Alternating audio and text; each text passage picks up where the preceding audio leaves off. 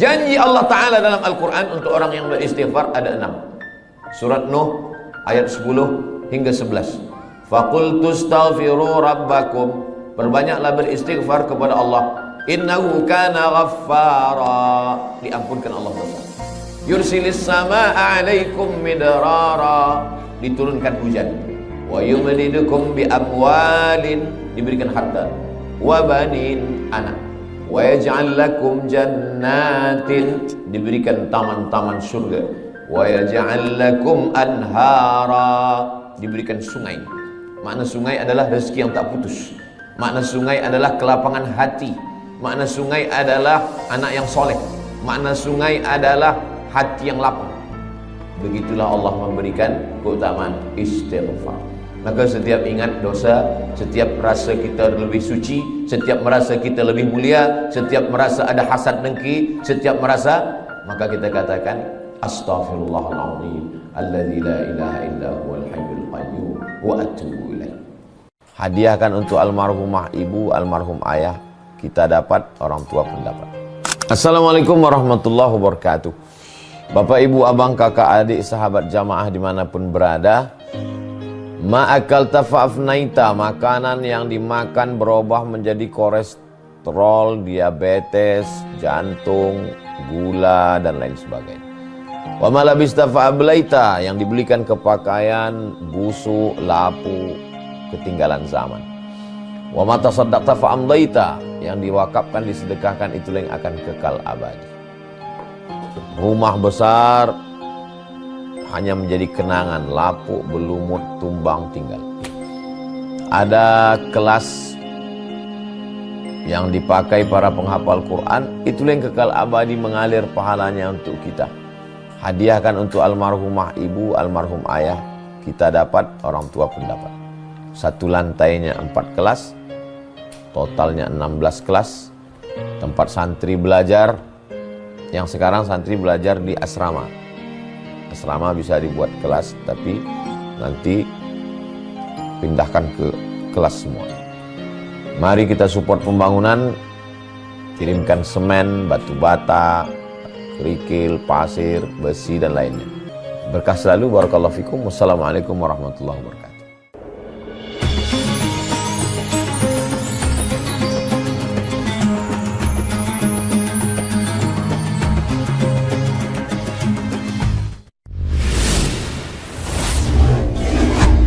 Siap mulai berhenti, amal jariah terus mengalir walau sudah mati.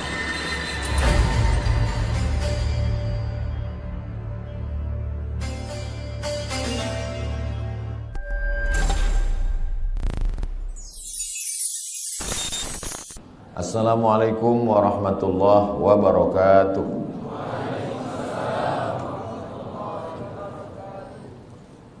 Alhamdulillah wassalatu wassalamu ala rasulillah sayyidina wa maulana Muhammad ibni Abdillah wa ala alihi wa sahbihi wa man da'a bi da'watihi wa istanna bi sunnatihi ila yaumi liqa'i rabbih wa ba'd.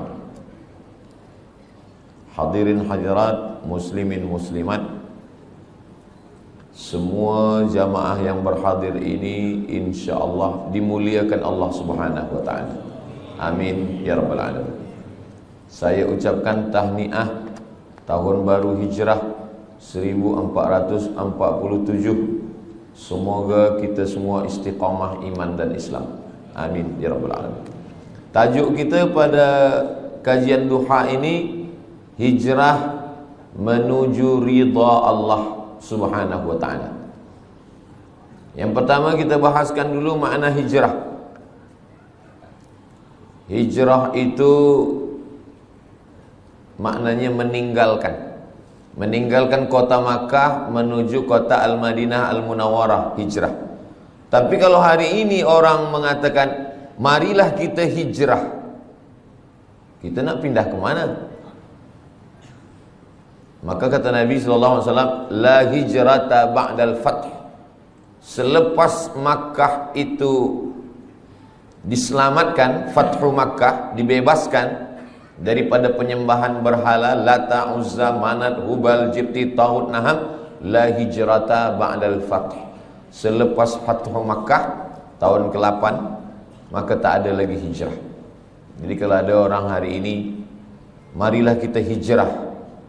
Ya, pagi ini saya hijrah dari Kuala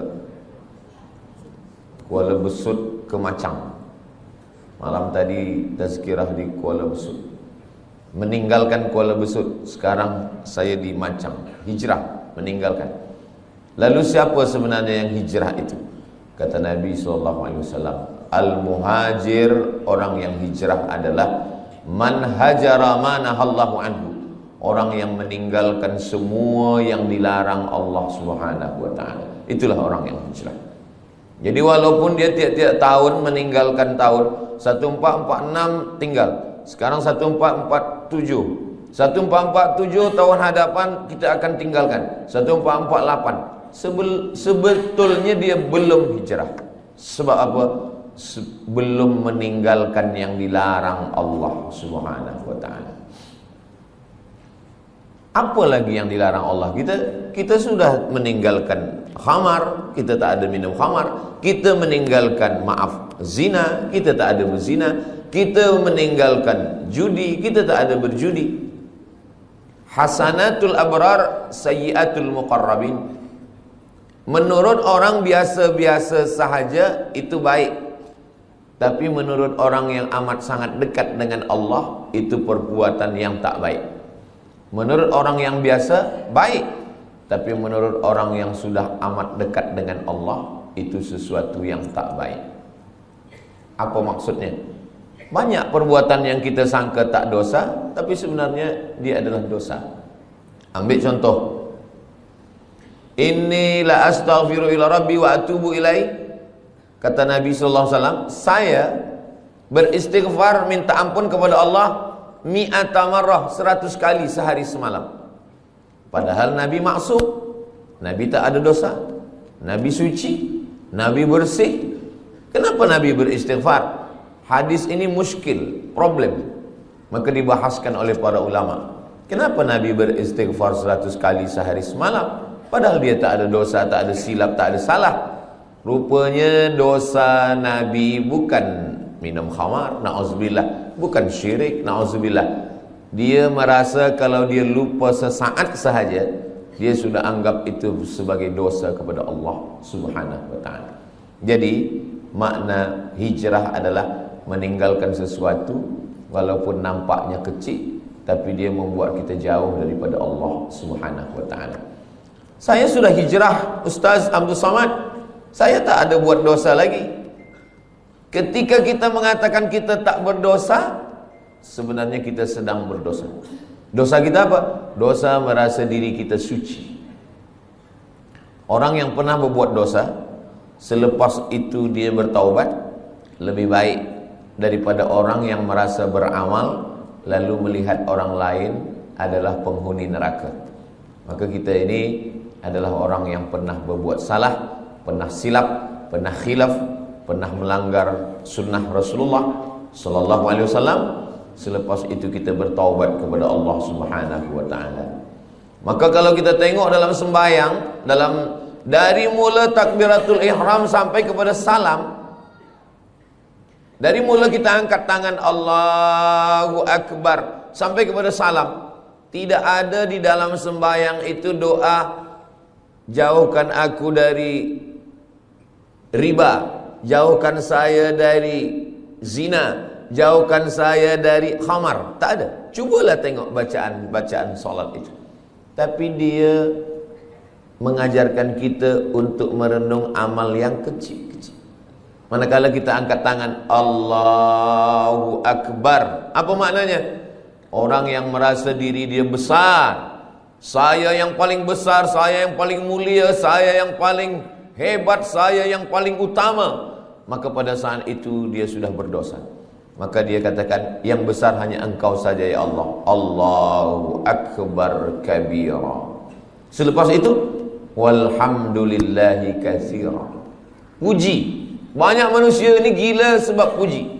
Dipuja, dipuji, disanjung tinggi.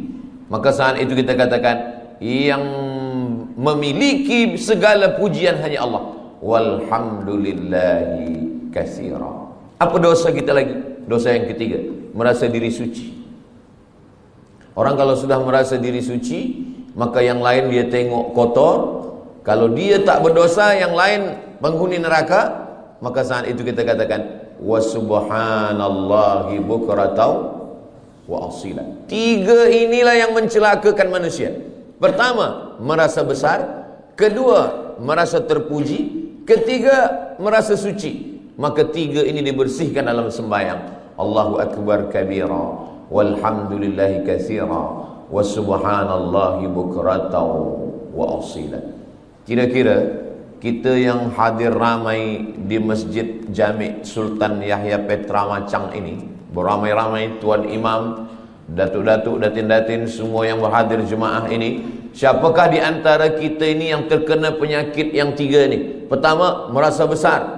Yang kedua, merasa dipuji. Yang ketiga, merasa suci. Tak ada yang tahu. Tapi kalau ditengok daripada zahirnya, yang merasa mulia adalah Ustaz Abdul Somad, sebab dia duduk tinggi, yang lain rendah di lantai. Siapa yang merasa dipuji-puji? Ustaz Abdul Somad juga dipuji-puji orang. Siapa yang merasa diri dia suci? Saya juga. Mungkin saya merasa diri saya lebih suci daripada orang lain. Jadi sebenarnya yang saya sampaikan ini bukan untuk orang lain, untuk diri saya dulu. Bila saya tunjuk orang, sebenarnya saat itu untuk orang lain satu jari saja, satu telunjuk saja. Yang keempat ini adalah untuk diri sendiri. Jangan engkau merasa diri engkau besar. Allahu akbar kabira. Jangan engkau puji-puji gila dengan pujian. Walhamdulillahi katsira. Jangan engkau merasa diri engkau suci. Wa subhanallahi bukratan wa asila. Jadi hijrah ini dibagi kepada tiga. Hijrah yang pertama, hijrahnya awam, hijrahnya orang yang paling rendah. Hijrah meninggalkan syirik, hijrah meninggalkan zina, hijrah meninggalkan khamar, hijrah meninggalkan riba, hijrah meninggalkan ghibah. Hijrah nampak. Tapi ada hijrah yang kedua, hijrah meninggalkan takbur. Tak nampak. Kalau khamar, nampak dia minum khamar. Kalau judi, nampak dia main judi. Tapi judi dululah. Dulu orang main judi memang nampak. Sekarang tak nampak. Nampak macam baca Quran, rupa judi online. Judi nampak. Orang yang minum khamar tahu bahwa dia sedang buat dosa. Orang yang berzina tahu bahwa dia sedang buat dosa. Orang yang sedang berjudi tahu bahwa dia sedang buat dosa. Ini hijrah yang rendah sekali. Tapi ada hijrah yang lebih tinggi lagi. Orang yang merasa diri dia sudah beramal, orang yang merasa diri dia paling banyak sedekah, orang yang merasa diri dia paling banyak zikir. Saya yang paling banyak sembahyang sunat, saya yang paling banyak pergi ke Makkah setahun 2 kali, saya yang paling banyak. Makanya ada kitab Talbis Iblis. Iblis itu bila dia tak berhasil mengajak orang minum khamar, bila dia gagal mengajak orang berzina, bila dia gagal mengajak orang syirik, dia masuk dari pintu yang kedua. Apa itu? Dia buat orang merasa beramal. Yang pertama ni banyak orang sukses, banyak orang berhasil. Dia tidak berjudi, dia tidak berzina, dia tidak minum khamar. Tapi manakala iblis masuk dari pintu level yang kedua, yang lebih tinggi, yaitu merasa diri lebih mulia, merasa diri sudah banyak amal, merasa diri penghuni surga, merasa yang lain adalah kotor. Pada saat itu, apa kata Nabi SAW?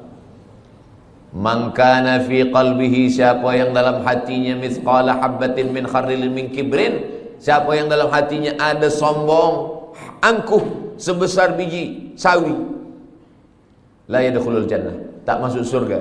Man kana fi qalbihi, siapa yang dalam hatinya mithqala habbatin min khardalin min kibrin, ada sombong, merasa diri lebih saja. Iblis masuk ke dalam neraka bukan kerana digoda syaitan. Tidak ada satu pun ayat, tak ada satu pun hadis yang mengatakan bahwa iblis masuk ke neraka kerana digoda syaitan. Tak ada. Sebab apa? Sebab syaitan Dialah induk setan. Macam mana setan nak goda dia? Iblis tidak pernah menyembah Lata, Uzza, patung, kayu, batu, hantu, tak ada. Iblis tidak menyembah apapun. Dia menyembah Allah. Lalu kenapa dia keluar daripada surga? Allah Ta'ala bertanya. Allah bertanya bukan Allah tak tahu. Allah Maha tahu. Tapi Allah nak bagi tahu bagi sesiapa sahaja yang tak tahu. Malaka anta takabbara fiha. Kenapa engkau merasa diri engkau besar? Engkau merasa diri engkau mulia, wahai iblis. Apa kata iblis? Khalaqtani min nar. Engkau ciptakan aku daripada api. Wa khalaqtahu min tin. Adam engkau ciptakan daripada tanah. Ana khairum minhu. Saya lebih mulia daripada dia. Iblis dikeluarkan daripada surga bukan kerana minum khamar, bukan kerana berzina, bukan kerana menyembah berhala, bukan kerana perbuatan yang zahir, tetapi kerana perbuatan yang batin. Jadi hijrah kita adalah meninggalkan yang zahir. Selepas itu level yang kedua adalah meninggalkan yang batin. Hasad, dengki, busuk hati, merasa mulia, merasa lebih hebat, merasa banyak amal. Tapi ada yang lebih tinggi lagi, lalai mengingat Allah Subhanahu wa ta'ala. Wala takum minal ghafilin. Jangan jadi orang lalai. Itu maka bila kita, semua gerak kita ini mesti cepat balik kepada Allah. Kenapa dalam Islam ni banyak betul doa. Nak makan, Allahumma barik lana fima razaqtana wa qina azabannar. Selepas makan, alhamdulillahilladzi at'amana wa saqana. Nak tidur, bismika Allahumma ahya wa amut. Jangan dibaca sekarang, boleh tertidur. Jaga daripada tidur. Alhamdulillahilladzi ahyana ba'da ma amatana wa ilaihin nusyur. Menengok muka di cermin, innalillahi wa inna ilaihi raji'un. Allahumma kama hassanta khalqi fahassin khuluqi. Kenapa banyak betul dalam Islam ni doa-doa? Naik kereta, subhanalladzi sakhkhara lana hadza wa ma kunna lahu muqrinin wa inna ila rabbina lamunqalibun. Bismillahir majriha wa mursaha inna rabbil ghafurur rahim. Kalau orang faham, sebenarnya setiap gerak kita mesti ingat kepada Allah Subhanahu wa ta'ala. Inilah hijrah level yang ketiga. Jadi kalau yang pertama mungkin kita dah tinggalkan semua yang haram-haram. Alhamdulillah Ustaz Somad, saya tak ada guna narkotik lagi, saya tak ada minum khamar, tak ada. Kenapa? Sebab tak ada yang jemput saya. Kalau free saya ikut juga. Na'udzubillah. Betul-betul lillahi ta'ala. Level yang kedua, bersihkan hati. Dia tak nampak lagi dosa-dosa yang tak nampak lagi, tapi dia ada dalam hati. Maka kata Nabi, ala fil jasadi mudghah. Di dalam badan ini ada seketul, ada segumpal, ada sekepal. Idza salahat salahal jasadu kullu. Kalau dia bersih, yang lain ikut bersih. Wa idza fasadat, kalau dia rosak, yang lain ikut rosak. Saya semalam bertolak daripada Pekanbaru Riau menuju Kota Baru. Masuk airport, kita lalu di pintu detektor. Kalau ada bawa besi atau bawa pisau, bawa apa, dia berbunyi. Dia berbunyi. Tak boleh lalu. Ustaz, jangan masuk dulu. Alhamdulillah. Kalaulah ada pintu macam itu juga, orang Jepun buatkan pintu detektor, tapi dia bukan untuk besi. Detektor untuk penyakit takbur. Dipasang di pintu Masjid Jami' Sultan Yahya Petra Macang. Siapa yang masuk pintu ni berbunyi. Jamaah lalu berbunyi dia kecil. Tin. Tapi bila Ustaz Somad lalu, tin kata dia. Selepas itu Ustaz Somad pula yang bercakap kepada jamaah bagi tazkirah, marilah kita bersihkan hati kita. Semua jamaah tersenyum. Hati Ustaz lebih kotor daripada hati kan? Sebenarnya kita dimuliakan Allah bukan kerana kita mulia, tapi kerana Allah masih sayang, lalu dia menutupi isi hati kita.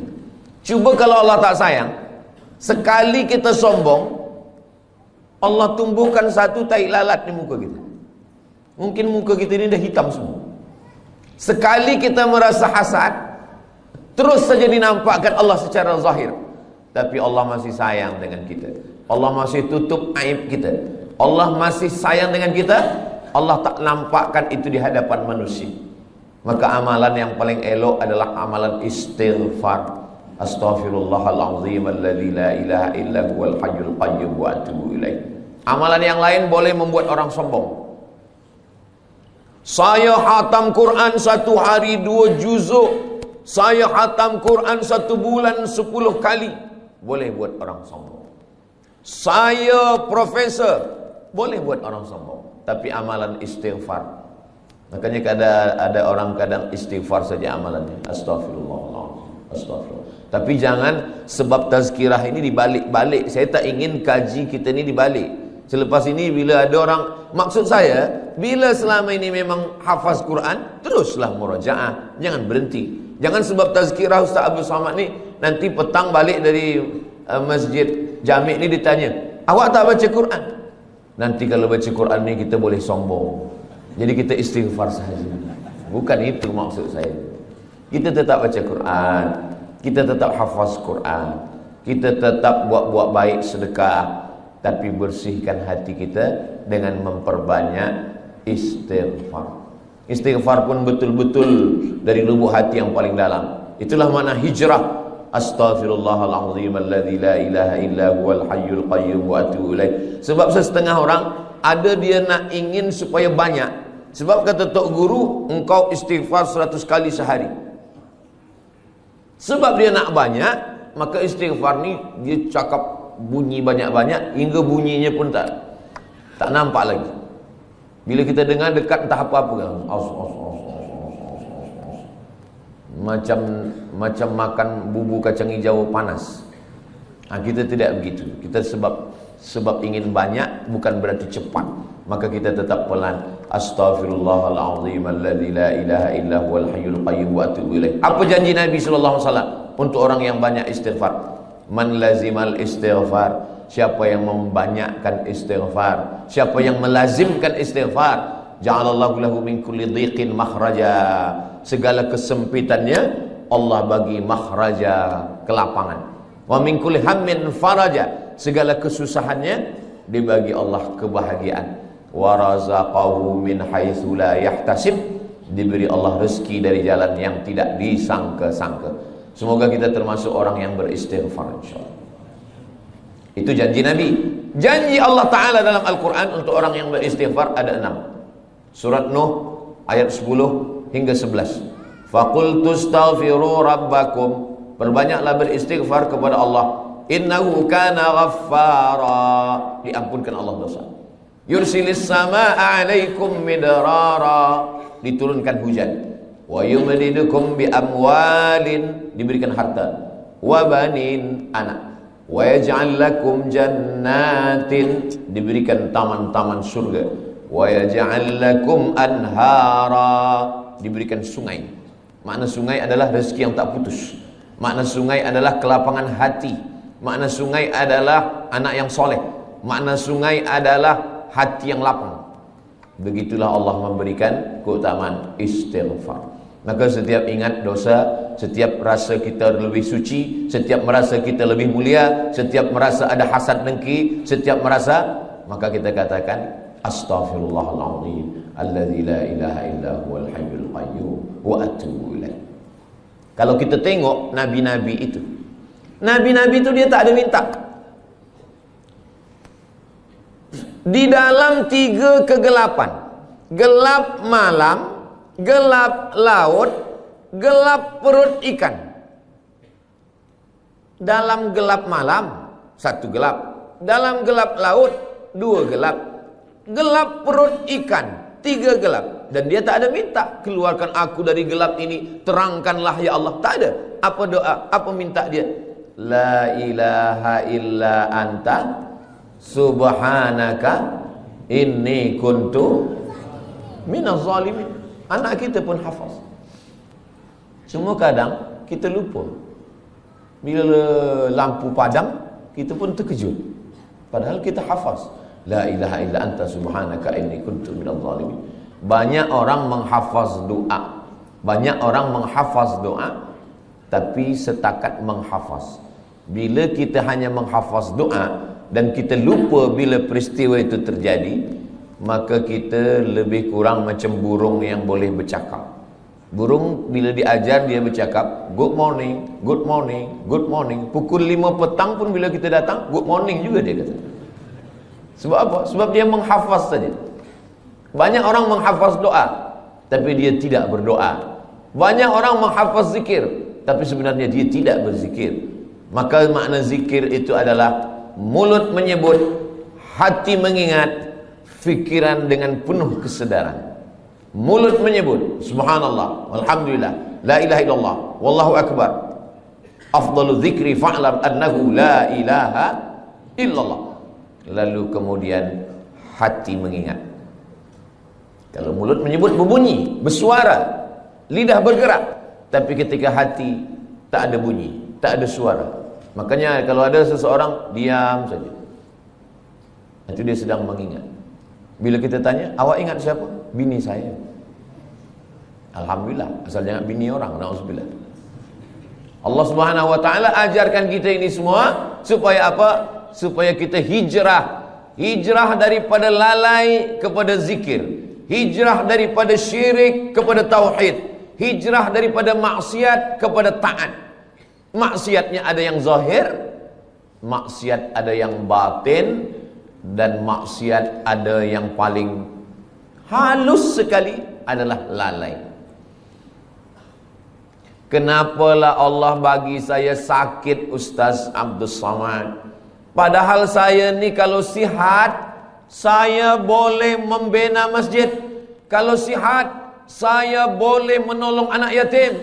Saya ni baik kalau sihat, tapi kenapa saya sakit? Kalau kamu sihat, kamu bersama nikmat Allah. Tapi kalau kamu sakit, kamu bersama Allah. Orang kalau sedang sihat, dia bersama nikmat Allah. Tapi kalau sedang sakit, dia sedang bersama dengan Allah. Allah ingin antara dia dengan hambanya tidak lagi ada penghalang. Nikmat pun boleh menjadi penghalang. Makanya Nabi Muhammad SAW, apa kata Allah Ta'ala? Yas'alunaka 'anil khamri wal maisir. Kalau mereka bertanya kepada engkau tentang khamar dan judi, qul, katakan ya Muhammad SAW, yas'alunaka 'anil ahillah. Kalau mereka bertanya kepada engkau tentang anak bulan, bulan hilal, bulan sabit, qul, katakan ya Muhammad SAW, yas'alunaka madza yunfiqun. Kalau mereka bertanya kepadamu tentang apa yang disedekahkan, qul, katakan ya Muhammad SAW. Tapi bila tentang zikir, wa idza sa'alaka ibadi anni, kalau hambaku bertanya kepada engkau tentang aku, tak ada Allah mengatakan katakan ya Muhammad, tidak. Tapi Allah terus saja berkata, wa idza sa'alaka ibadi anni fa inni qarib, aku dekat. Apa kata ahli tafsir? Allah ingin supaya antara kita dengan Allah tak ada sempadan, tak ada perantara, tak ada penghalang, tak ada apapun, supaya kita ingat kepada Allah. Jadi kalau kita dah buat baik, kita dah hijrah, kita dah taubat, tapi kita tetap juga dibagi Allah sakit, sebenarnya Allah ingin supaya kita sujud lebih lama, supaya kita mulut lebih banyak berzikir, supaya kita berdoa tangannya mengangkat ke atas, supaya kita melelehkan air mata. Orang kalau hidupnya senang, kenyang, tenang, biasa doa biasa-biasa saja. Tapi kalau dia sedang susah, payah, maka doanya lebih khusyuk. Orang kalau hidupnya senang, tenang, kenyang, doa biasa saja. Kadang doa pun tangan di atas kaki. Kalau ada orang berdoa tangan di atas kaki, itu sama maknanya nak bagi-bagilah ke tidak pun tak apa. Tapi kalau Nabi, cubalah tengok macam mana Nabi berdoa malam perang Badar.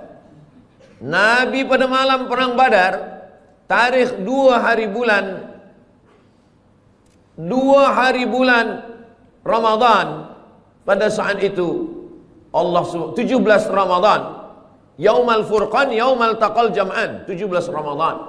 Nabi SAW pada tahun kedua, kena 2 hijrah, Nabi SAW mengangkat kedua tangannya. Dan ketika itu Nabi meletakkan surbannya di bahunya. Datang angin kencang, jatuh.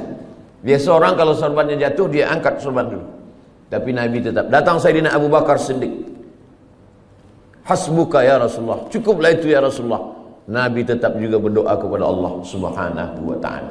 Jadi hijrah ini betul-betul kita hijrah, bukan setakat pindah dari tahun 1446, tapi kita pindah kepada tahun 1447, meninggalkan semua yang dilarang Allah Subhanahu wa ta'ala. Hijrah. Tajuk kita kajian duha ni 2. Pertama hijrah, yang kedua menuju ridha Allah. Hijrah daripada maksiat kepada taat, hijrah daripada lalai kepada zikir, hijrah daripada bakhil menuju kepada sedekah. Alhamdulillah Ustaz Somad, dulu suami saya ni orangnya bakhil, tapi selepas 1447 ini, selepas dia mengaji duha dengan Ustaz Abu Somad, sekarang dia sudah baik. Dulu semasa dia bakhil, kalau ada orang membina masjid, buat tahfiz Quran, dia bagi RM1 saja. Sekarang RM1 1 sen. Merubahlah agak banyak sikit. Nabi SAW mengatakan, yatsba'ul mayyita salasun, yang mengiringi mayat jenazah orang mati tak banyak. Walaupun Ustaz Abdul Samad mati, ramai jamaah datang, tapi sebenarnya 3 saja. Yang pertama, mal, harta, kereta, motosikal, semua ikut mengiring, tapi sampai ke tempat parking saja.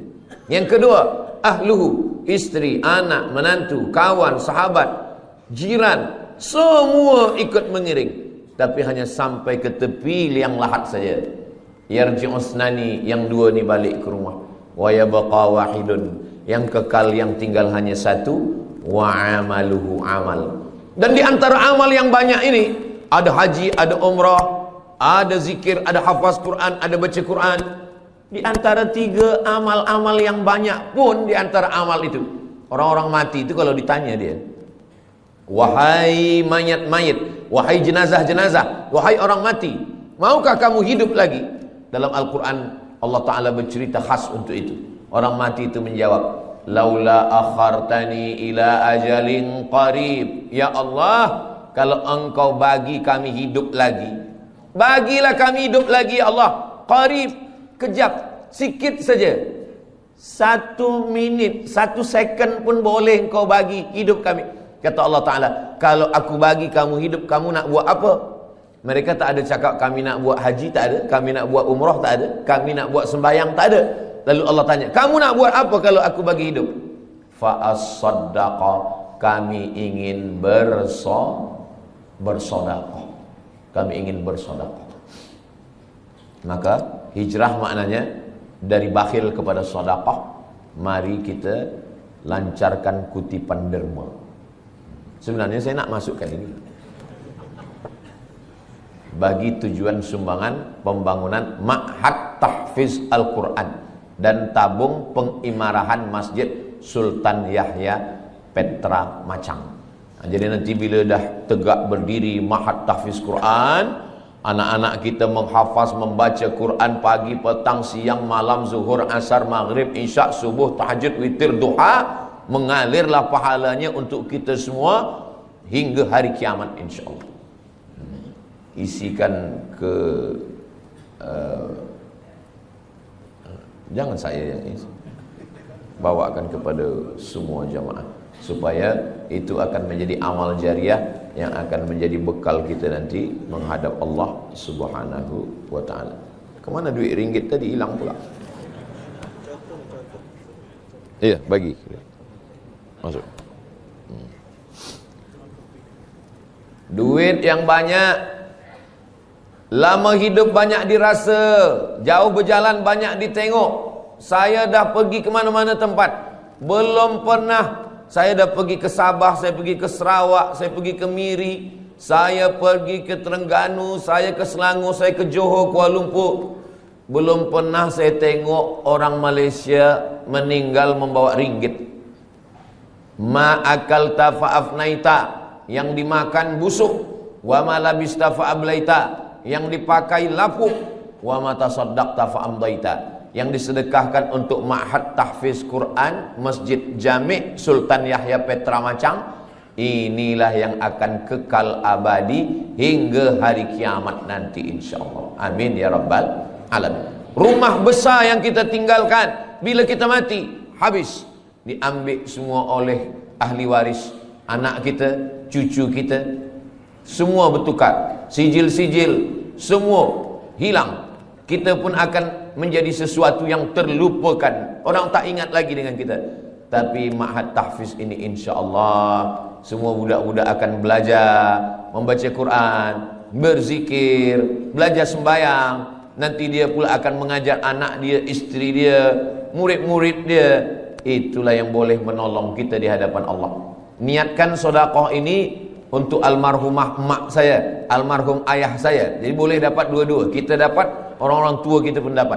Datang sahabat Nabi namanya Sa'ad, berjumpa kepada Nabi Muhammad sallallahu alaihi wasallam. Ya Rasulullah, ummi matat, mak saya sudah meninggal dunia. Afa atasaddaqu anha? Kalau saya bersedekah, sampaikah sedekah ini kepada almarhumah mak saya? Kata Nabi sallallahu alaihi wasallam, tasaddaq, bersedekahlah.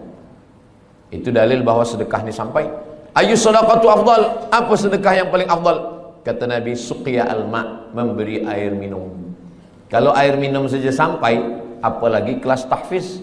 Kalau air minum saja sampai, apalagi gedung binaan yang tinggi, 2 aras, 3 aras, 4, budak-budak boleh belajar sembahyang.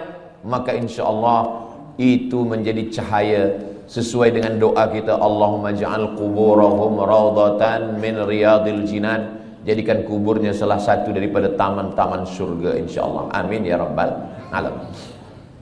Kalau saya bacakan Al-Fatihah untuk almarhumah mak saya, ayah saya, maka automatically sampai. Tapi kalau saya nak bacakan Al-Fatihah untuk orang lain, saya mesti sebutkan ila ruhi fulan bin fulan, fulanah binti fulan. Itu maka bila malam tahlil kita baca ila arwahi fulan bin fulan wa fulanah binti fulan. Sebab apa? Sebab orang lain. Sebab sebenarnya tak ada hubungan nasab.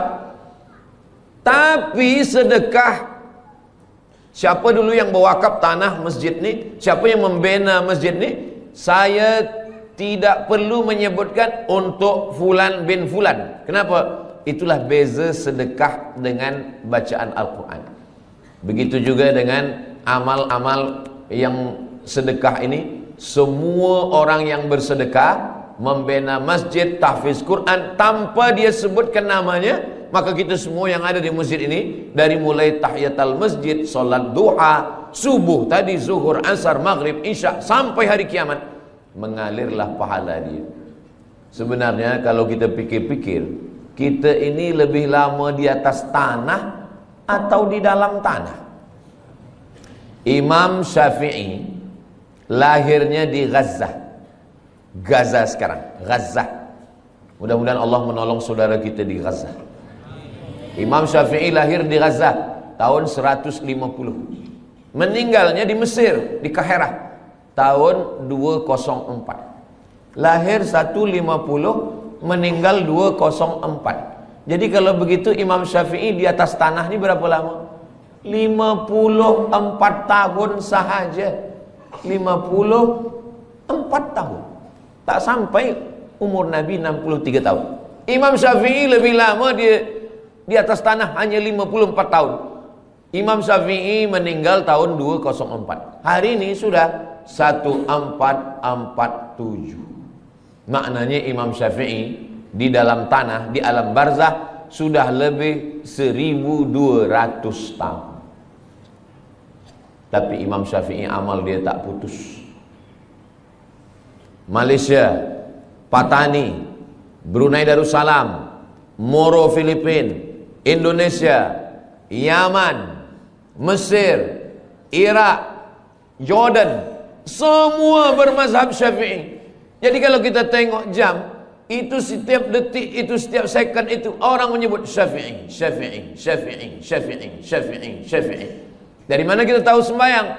Dari perukunan Melayu. Perukunan Melayu itu diambil daripada mana? Dari kitab Sabilal Muhtadin, Syekh Muhammad Arsyad Al-Banjari. Sabilal Muhtadin diambil dari mana? Dari kitab-kitab fiqh mazhab Syafi'i. Kitab fiqh mazhab Syafi'i yang paling kecil, Matan Taqrib. Yang agak besar, Fathul Qarib. Yang lebih besar, I'anatul Talibin. Yang lebih besar, Kanzur Raghibin Mahalli. Yang lebih besar lagi, Al-Majmu' Syarah Muhazzab Imam Nawawi. Imam Nawawi itu siapa? Imam Nawawi imam besar kedua dalam mazhab Syafi'i. Imam Nawawi dapat ilmu dari mana? Dari guru-guru dia, sampailah kepada Imam Al-Muzani, sampai kepada Imam Al-Buaiti, sampai kepada Imam Rabi'. Lalu kemudian Imam Buaiti, Imam Muzani, Imam Rabi' ini dapat, Al-Muradi ini dapat ilmu dari mana? Mereka belajar kepada Imam Syafi'i. Tadi saya sarapan makan pagi di hotel. Selepas itu datang seorang, muka dia saya tengok macam Arab. Lalu dia tanya, ini orang yang ada di sini ni mazhabnya apa? Kata dia. Kata saya, ini negeri Melayu ni mazhabnya ala madhabil Imam Syafi'i. Mereka ni semuanya mazhab Syafi'i, kata saya. Oh, kata dia. Rupanya dia subuh tadi sembahyang di masjid, dia terkejut. Saya tanya, awak dari mana? Saya dari Perancis, dari Paris, kata dia. Oh, Paris ni mazhab apa agaknya? Negeri awak dari mana? Saya dari Aljazair, Maghribi, Aljazair, Tunisia, Libya, Mauritania, Andalusia. Itu mazhabnya mazhab Maliki. Patutlah dia terkejut. Mungkin dia tak tahu tentang mazhab Syafi'i. Macam mana beza Maliki dengan Syafi'i ini? Mazhab Maliki, tangan dia turun lepas ke bawah. Mazhab Syafi'i, dia letakkan tangan. Maliki lepas ke bawah. Mazhab Maliki tak ada baca bismillah, terus saja alhamdulillah. Allahu Akbar. Alhamdulillahi Rabbil Alamin. Oh, kalau begitu Makkah Madinah itu Maliki? Tak, itu Hambali. Hambali ada bismillah, tapi kecil aja. Alhamdulillahi Rabbil Alamin. Sedangkan mazhab Syafi'i, bismillah dia jahar. Bismillahirrahmanirrahim. Subuhnya mazhab Syafi'i berkunut selepas rukuk. Sami'allahu liman hamidah. Allahumma hdina fi man hadait. Maliki kunut dia selepas ayat sebelum rukuk. Qul huwallahu ahadunillahus samadu lam yalid wa lam yulad wa lam yakul lahu kufuwan ahad. Kunut dia tak berbunyi. Mazhab Syafi'i kunut dia setengah berbunyi, setengah sir. Mazhab Maliki kunut dia tak berbunyi semua. Mazhab Hambali tak berkunut. Kalau suami saya Ustaz Abdul Somad, dia tak berbunyi, tak berkunut dan tak sembahyang. Itu mazhab Abu Lahab lah. Saya ingin nak sampaikan, walaupun Imam Syafi'i duduk atas dunia ni 54 tahun, tapi amal dia 1200 tahun sampai hari kiamat. Orang masih tetap waqala al-Imam Syafi'i, waqala al-Imam Muhammad bin Idris Asy-Syafi'i. Kita, apa yang boleh kita tinggalkan? Meninggal kita hari ini, esok orang dah lupa dengan kita. Kita hidup sekarang, 3 hari kita tak isi status di FB, orang dah lupa dengan kita.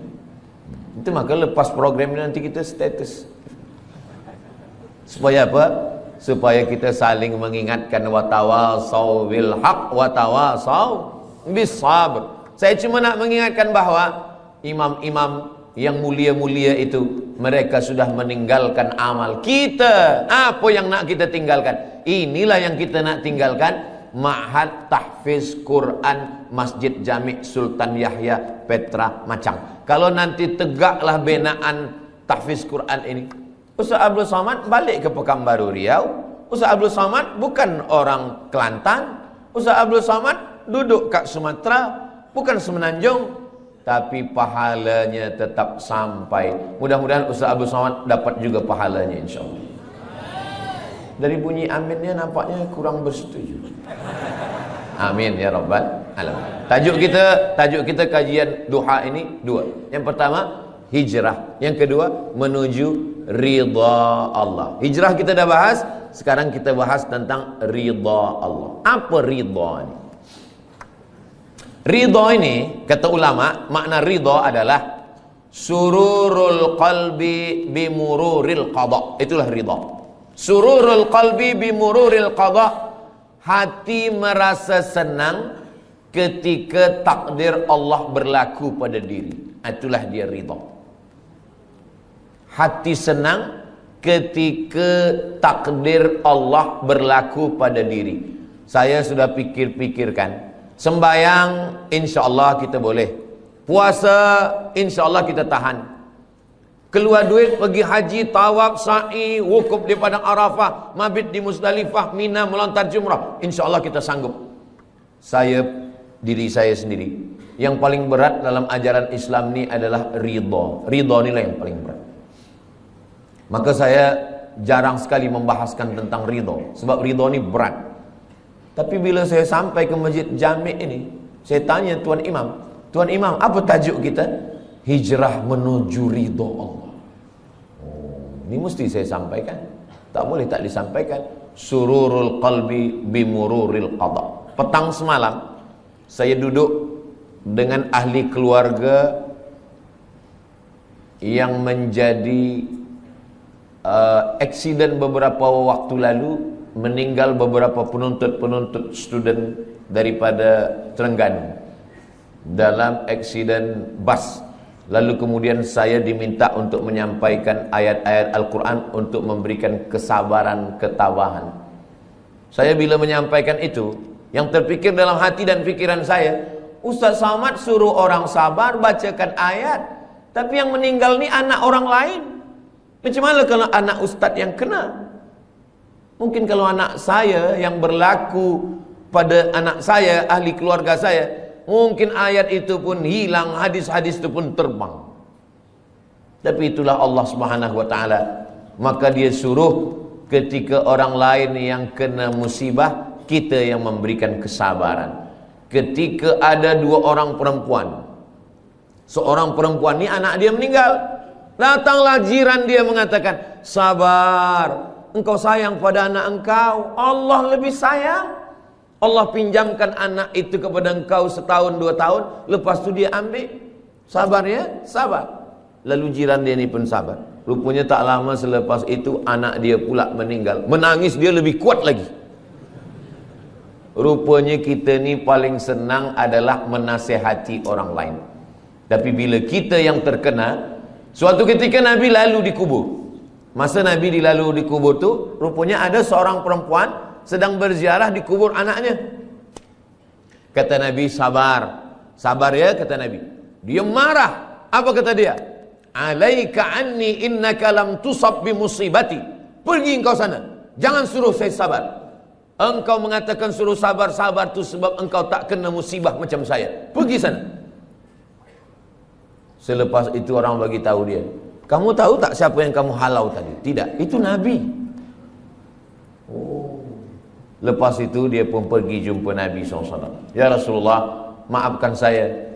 Saya tadi memang tersilap, terlupa saking susahnya hati saya. Saking kan sedihnya hati saya, anak saya meninggal, maka saya halau engkau ya Rasulullah. Kata dia, sekarang saya dah sabar ya Rasulullah. Apa kata Nabi? Innamas sabru fi sadmatil ula. Sabar itu pada pukulan yang pertama. Pada saat kita terpukul yang pertama, disitulah nampak mana yang ridha, mana yang tidak. Mudah-mudahan kita dibagikan Allah keridhaan insyaAllah. Ustaz, pernahkah mengalami musibah? Ya, saya ikut exam untuk menjadi pensyarah. Dari mula bawah saya dah ikut. Dia tanya mana sijil BA. Nih, sijil BA daripada Azhar. Mana sijil master? Nih, sijil master daripada Darul Hadis Al-Hasaniyah Maghribi. Berapa tulis dulu tesis? Nih, saya tulis Rijalul Muwatta' was Sahihain alladzina dha'afuhumun Nasa'i fi kitabid du'afa wal matrukin jam'an wa dirasatan. Nih, selepas itu semua dah okey, selepas itu temu bual. Dia tanya, awak baru balik dari Maghribi? Ya. Nak jadi pensyarah? Ya. Dah berapa lama mengajar? Belum ada sebab baru balik lagi. Tinggal berdua saja. Yang akan menjadi pensyarah ni seorang saja, dan kami berdua. Saya berharap, ya Allah, sayalah yang jadi pensyarah ni, ya Allah. Tolonglah ya Allah. Kalau saya jadi pensyarah ni, saya nak tolong mak saya nak senangkan dia, saya nak bawa dia ke Mekah, saya nak balas budi baik dia. Tolonglah ya Allah. Rupanya takdir berkata lain. Kawan saya kirim, masa tu belum ada WhatsApp lagi, kirim SMS. Abdul Somad, engkau tidak lolos menjadi pensyarah. Saya turun, rasa-rasa tanah tu lembut macam dodol. Rasa-rasa tanah tu macam berlumpur, lunak dipijak. Begitulah rupanya. Jadi saya pun menyampaikan sururul qalbi bimururil qadha, ini kata ulama, bukan kata saya. Kalau kata saya, memang berat menjalani ridha menerima takdir Allah SWT. Seorang pemuda datang, saya dah doakan lama supaya berjodoh menikah dengan dia dalam tahajud saya, ya Allah. Tiba-tiba saja datang jemputan, barakallahu lakuma wa baraka alaikuma wa jama'a bainakuma fi khair. Macam mana ni Ustaz Abdul Somad? Tentu saya nak kuatkan hati dia. Kuatkan hati kamu. Bunga bukan setangkai, kumbang bukan seekor. Patah tumbuh hilang berganti, hilang satu tumbuh seribu. Oh, dia boleh kuat. Saya kuat Ustaz. Tiba balik di rumah, meleleh air mata, hancur berkeping. Saya nasihatkan kepada pemuda-pemuda belia-belia, maka lapangkan hati, pandang jauh dunia. Dunia ini, jangan menjadi pemuda belia berkata, engkaulah perempuan satu-satunya. Itu bohong, dusta. Begitu banyak perempuan. Saya saja, saya yang udah tua macam ini, yang umur sudah 48 tahun, lahir 18 hari bulan Mei 1977, udah tua, kurus, hitam. Cubalah tengok di komen-komen Instagram, di YouTube tu, masih ada orang tulis, Ustaz Abdul Somad, jadikan saya yang kedua ya. Saya nak bagi tahu supaya dunia ni bukan sempit betul. Dunia ni sebenarnya lapang. Lalu yang membuat dunia ni sempit siapa? Kita sendirilah yang membuat dunia ni sempit. Dunia ini adalah apa yang ada dalam fikiran kita. Makanya Nabi Musa dengan Nabi Muhammad SAW itu beza. Kalau Nabi Musa itu dia berdoa, Rabbi syrahli sadri, lapangkan dadaku, wa yassirli amri, mudahkan urusanku, wahlul 'uqdatan min lisani, lancarkan lisanku, yafqahu qauli, supaya orang faham apa yang aku sampaikan. Tapi Sayyidina Muhammad sallallahu alaihi wasallam, dia belum berdoa Allah dah bagi. Apa kata Allah? Alam nashrah laka sadrak, sudah aku lapangkan dadamu. Maka saya dua-dua ini saya pakai, Rabbi syrah li sadri wa yassir li amri wahlul 'uqdatam min lisani yafqahu qawli. Tapi yang untuk Nabi Muhammad pun saya baca juga, alam nashrah laka sadrak wa wada'na anka wizrak alladhi anqadha dhahrak wa rafa'na laka dhikrak. Dua kali Allah ulang, fa inna ma'al usri yusra. Sekali lagi, inna ma'al usri yusra. Kenapa diulang dua kali? Kata ahli tafsir, at-tikrar lit-taukid. At-tikrar, diulang-ulang itu lit-taukid, untuk menekankan makna.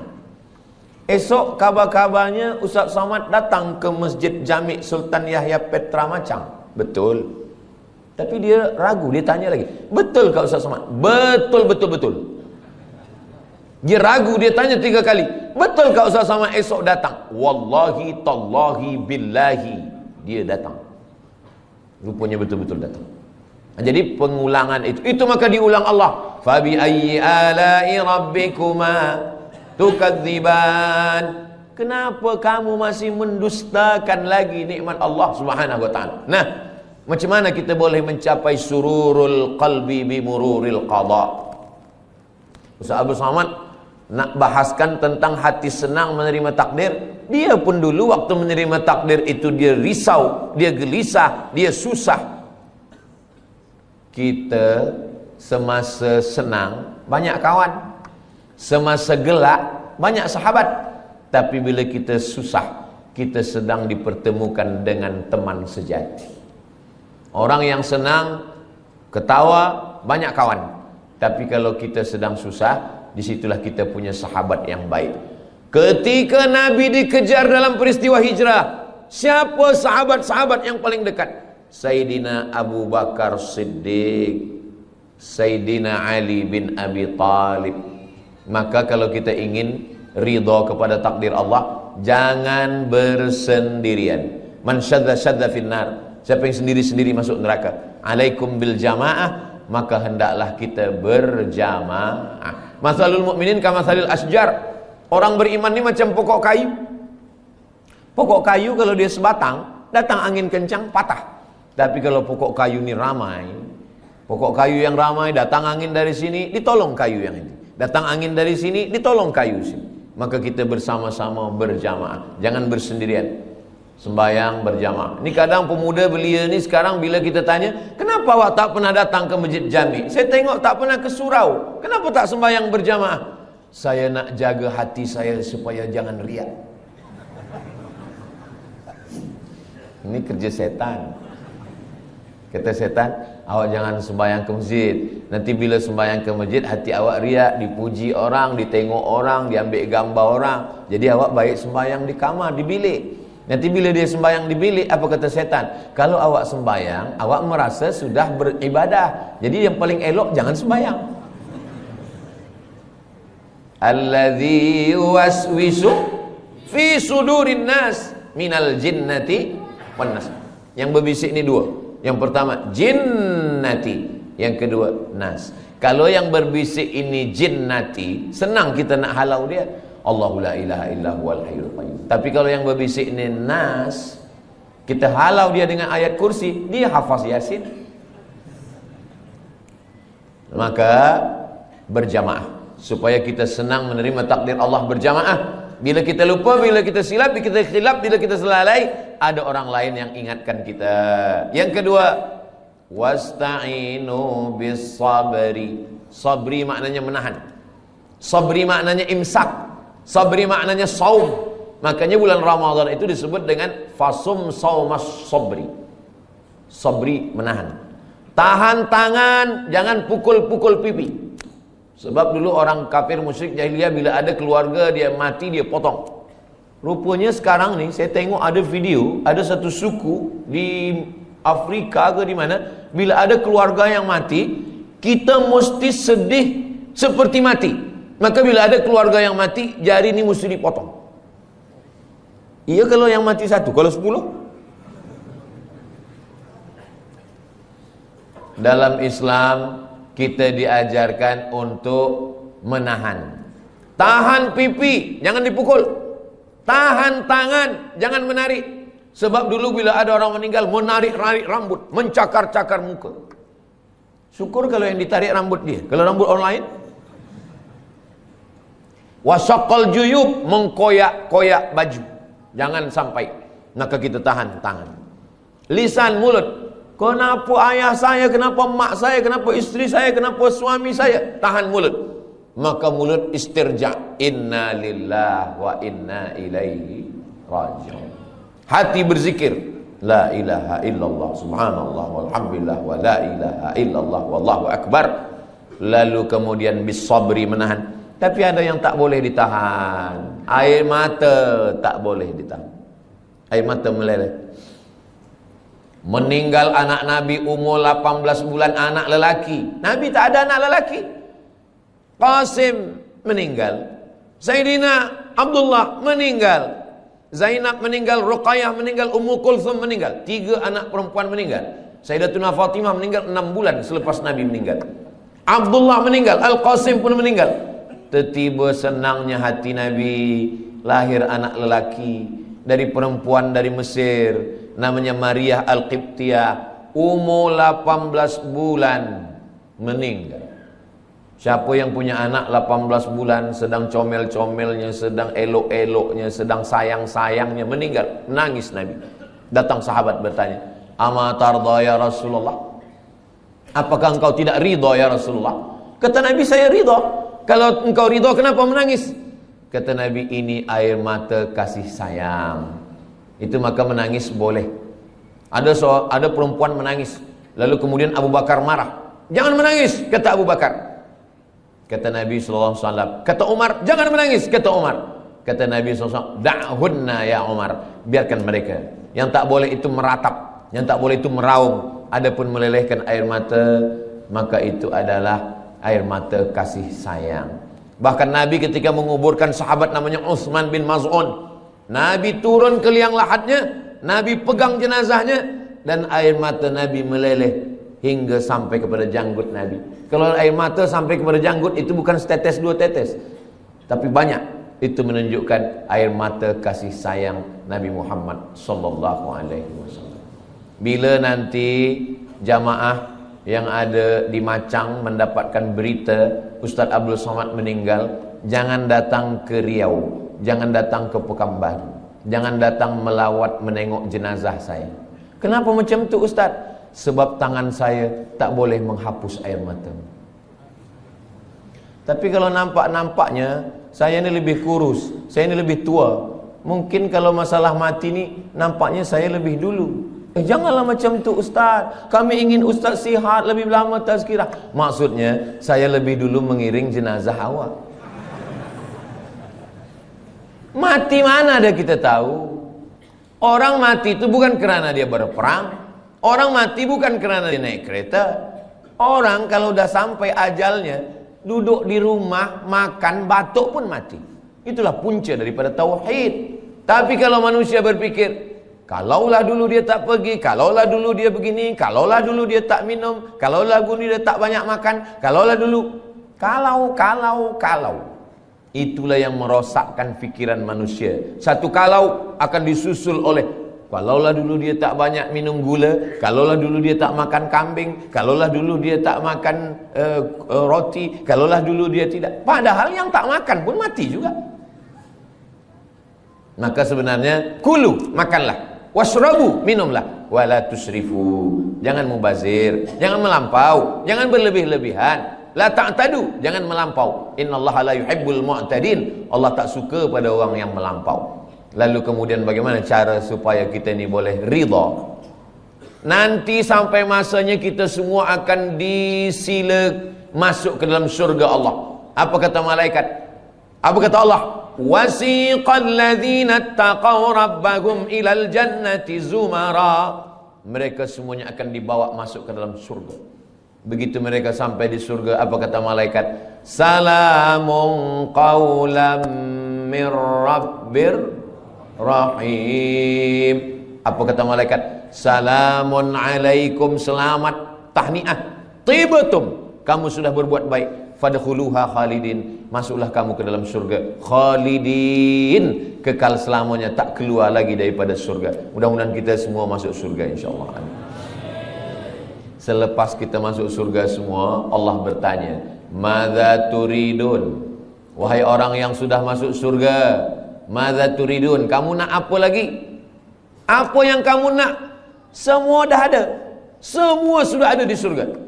Tapi kemudian mereka berkata, kami nak satu ya Allah. Yang belum ada satu. Semua dah ada, makanan semua dah ada, tapi ada satu yang kami belum dapat. Apa dia? Ridhamu. Kata Allah, yang dapat ridhaku hanya orang yang ridha menerima takdir. Itulah kenapa kita selalu berdoa masa kita tawaf, subhanallah walhamdulillah wa la ilaha illallah wallahu akbar.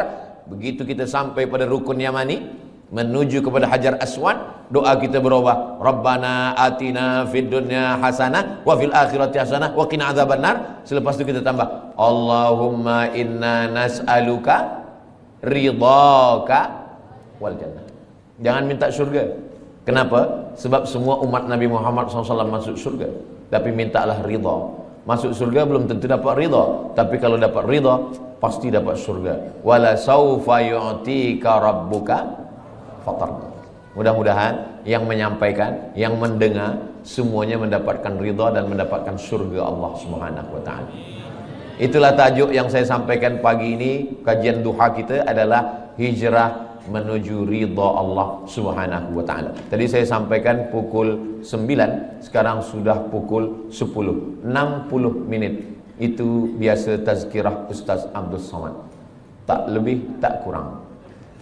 Mudah-mudahan apa yang saya sampaikan ini menjadi amal jariah buat kita semua. Kita sampaikan kepada kawan, sahabat, jamaah semua, dan kita semuanya hijrah, dan kita semuanya mendapatkan ridha Allah SWT. Amin ya rabbal alamin. Banyak cakap saya, kata-kata yang tak berkenan di hati, menyinggung perasaan. Saya Al-Faqir Abdul Samad, hamba Allah yang dhaif. Mohon maaf atas segala silap, khilaf dan salah. Terima kasih segala perhatian. Saya tutup dengan pantun penutup. Menangkap puyuh di Bukit Selasih. Thank you dan terima kasih. Wassalamualaikum warahmatullahi wabarakatuh. Alhamdulillah, demikian ceramah untuk hari ini. Semoga ilmu yang disampaikan menjadi manfaat dan keberkahan untuk kita semua. Mohon maaf bila ada kekurangan. Wassalamualaikum warahmatullahi wabarakatuh.